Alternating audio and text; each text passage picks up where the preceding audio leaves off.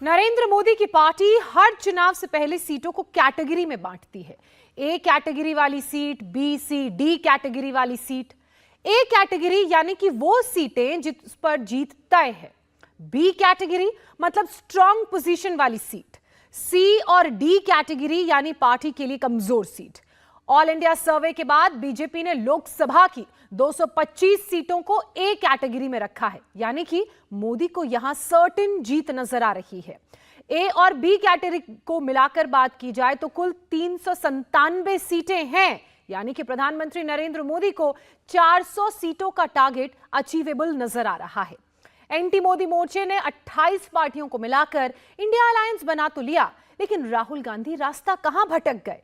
28 पार्टियां मिलकर भी एक अकेले मोदी को चैलेंज क्यों नहीं दे पा रही हैं? हम आपको दिखाने जा रहे हैं एक ऐसा सर्वे जिसे देखने से पहले मोदी विरोधी अपनी सीट बेल्ट अभी से बांध लें। हिंदी, हिंदू, हिंदुस्तान 2024 के चुनाव में सीधा फॉर्मूला चलेगा या कुछ ऐसा होने वाला है कि सियासत का श्योर एंड सर्टेन फॉर्मूला बदल जाएगा।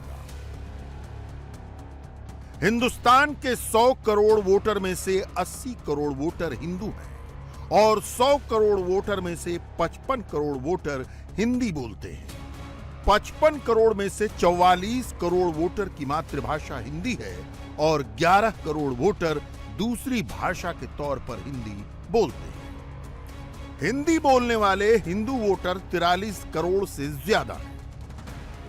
हिंदू और हिंदी नरेंद्र मोदी के दो सबसे बड़े मैग्नेट हैं। हिंदू वोट का पहला प्रेफरेंस मोदी हैं और हिंदी भाषी राज्यों का सर्वे करके देखें तो वहां भी मैंडेट मोदी को ही मिलता है। क्या नरेंद्र मोदी इन दोनों मैग्नेट को तोड़ के राहुल गांधी का इंडिया अलायंस मोदी को कमजोर कर देगा? क्या नरेंद्र मोदी की स्ट्रॉन्ग पिच पर मोदी को हराना मुमकिन है? तमिलनाडु के उदयनिधि स्टालिन, बिहार के चंद्रशेखर सिंह और यूपी के स्वामी प्रसाद मौर्य जैसे नेता नरेंद्र मोदी को हराने के लिए पिच तैयार कर रहे हैं या मोदी इसी को बेस बनाकर 24 का चुनाव प्रचंड बहुमत से जीत लेंगे? लोकतंत्र में सबसे ज्यादा इंपॉर्टेंट होता है नंबर।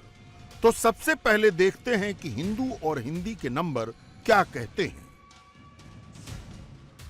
देश के 28 राज्यों में से 9 राज्यों में हिंदी मुख्य भाषा है।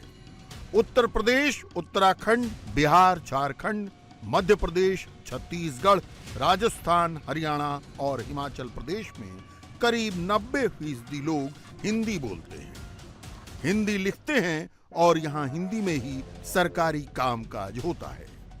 राष्ट्रीय राजधानी क्षेत्र दिल्ली में भी 85% से ज्यादा लोग हिंदी बोलते हैं। इन 9 राज्यों और राष्ट्रीय राजधानी क्षेत्र दिल्ली में लोकसभा की 225 सीटें हैं।